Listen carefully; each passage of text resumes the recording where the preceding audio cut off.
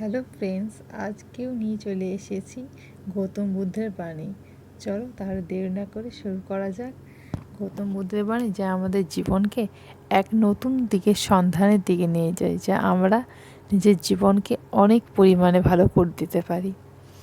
গৌতম বুদ্ধের কথাই আমরা সকলে জানি। ইতিহাসের পাতায় তার জীবনের কথা হয়তো অনেকে পড়েছেন, কিন্তু গৌতম বুদ্ধের বাণী আমরা নিজেদের জীবনে কতটা মেনে চলার চেষ্টা করি, এই প্রশ্নটা করে দেখতে পারেন নিজেকেই। গৌতম বুদ্ধের অহিংসার বাণী আটকে আছে এখনই ইতিহাস বইতে। বুদ্ধের বাণী যদি জীবন চর্চা নিয়ে আসতে পারেন, তাহলে হয়তো বাঁচাটা অন্যরকম হবে। সেটা চেষ্টা করতে ক্ষতি কী? প্রত্যেকটা দিন গুরুত্বকে বুঝুন। প্রত্যেক দিন একটা নতুন ব্যক্তি জন্ম একটা নতুন উদ্দেশ্যকে পূরণ করার জন্য হয়ে থাকে। এই কারণে একদিনের গুরুত্বকে বোঝার চেষ্টা করুন। 2 নাম্বার, প্রত্যেক মানুষের অধিকার আছে তার জীবনের দুনিয়াকে নিজের খুঁজে নেওয়ার। 3 নাম্বার, প্রত্যেক অভিজ্ঞতা কিছু না কিছু শেখায়। প্রত্যেক অভিজ্ঞতাই গুরুত্বপূর্ণ, কারণ আমরা আমাদের ভুল থেকেই শিখতে পারি। 4 নাম্বার, আমরা যখন কথা বলি তখন আমাদের শব্দগুলোকে ভালোভাবে নির্বাচন করা উচিত, কারণ এর ফলে শ্রোতার উপর ভালো কিংবা খারাপ প্রভাব পড়তে পারে। 5 নাম্বার, হাজারো খালি শব্দের থেকে ভালো সেই শব্দ যা শান্তি নিয়ে আসে। গৌতম বুদ্ধের বাণী।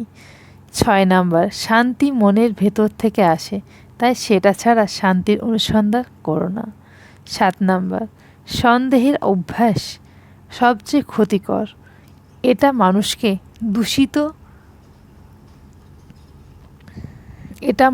দূষিত করে। সন্দেহের একটা ভালো বন্ধুত্ব ভালো সম্পর্কে ধ্বংস করে দেয়। 8 নাম্বার, যে ব্যক্তি মানুষকে ভালোবাসে সে দুঃখের দ্বারা ঘিরে থাকে, এবং যে কাউকে ভালোবাসে না তার কোনো সংকটেই নেই।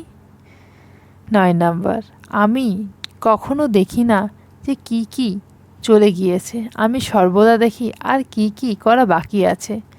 10 নাম্বার, লক্ষ্য বা গন্তব্যে পৌঁছানোর থেকে বেশি গুরুত্বপূর্ণ সেই যাত্রাকে ভালোভাবে পূর্ণ করা। বুদ্ধের বাণী তো অনেক রকমের ভালোবাসা নিয়ে তিনি বলেছেন, দেখে নেওয়া যাক। অতীত নিয়ে বিভ্রান্তি হয়ে লাভ নেই। ভবিষ্যতে স্বপ্নে হারিয়ে যেও না, বর্তমানের দিকে মনোযোগ দাও, এটাই ভালো থাকার একমাত্র উপায়। 2 নাম্বার, পা তখনই অন্য পাপে অনুভব করে যখন সেটা মাটিকে ছোঁয়ায়, ভালোবাসায় থাকতে হবে। 3 নাম্বার, পরমাত্মা প্রত্যেকের একই রকম করেছে, পার্থক্য তো শুধু আমাদের মস্তিষ্কের ভিতরে। প্রেমের ক্ষেত্রে সেটা মনে হতে হবে। নিষ্ক্রিয়তা হচ্ছে মৃত্যু। একটা ছোট্ট রাস্তা, কঠোর পরিশ্রম ভালো জীবন রাস্তা হতে পারে। প্রেমিকের সঙ্গে নতুন জীবন শুরুর সময়ও সেটা মনে হতে হবে। নির্বোধ মানুষেরা নিষ্ক্রিয় হয়ে থাকে এবং বুদ্ধিমান মানুষেরা কঠোর পরিশ্রমী হয়। এটা প্রেমের পথও মনে রাখতে হবে। নিশ্চিতভাবে যে ব্যক্তি বিরক্তিপূর্ণ চিন্তা থেকে মুক্ত থাকে সে শান্তি পেয়ে থাকে।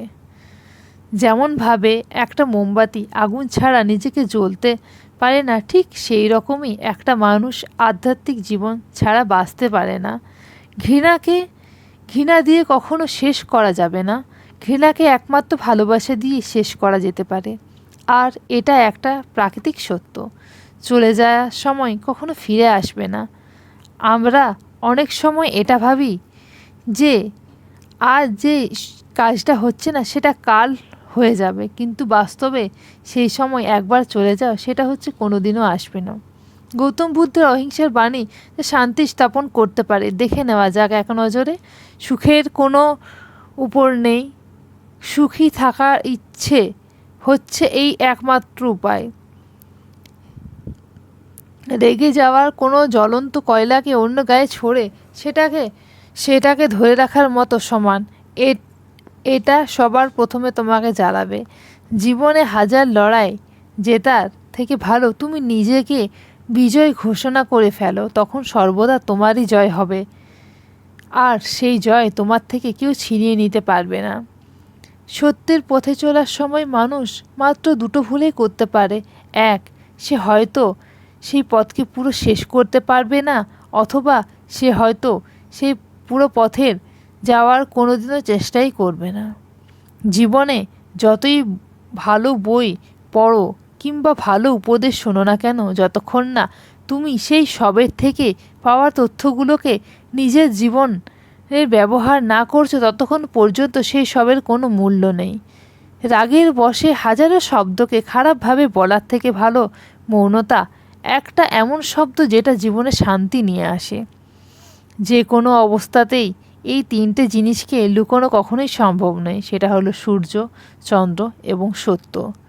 একটা প্রদীপের মাধ্যমে হাজারটা প্রদীপকে জ্বালানোর যেতে পারে, কিন্তু তাতে সেই প্রদীপের আলো কখনোই কমে যায় না।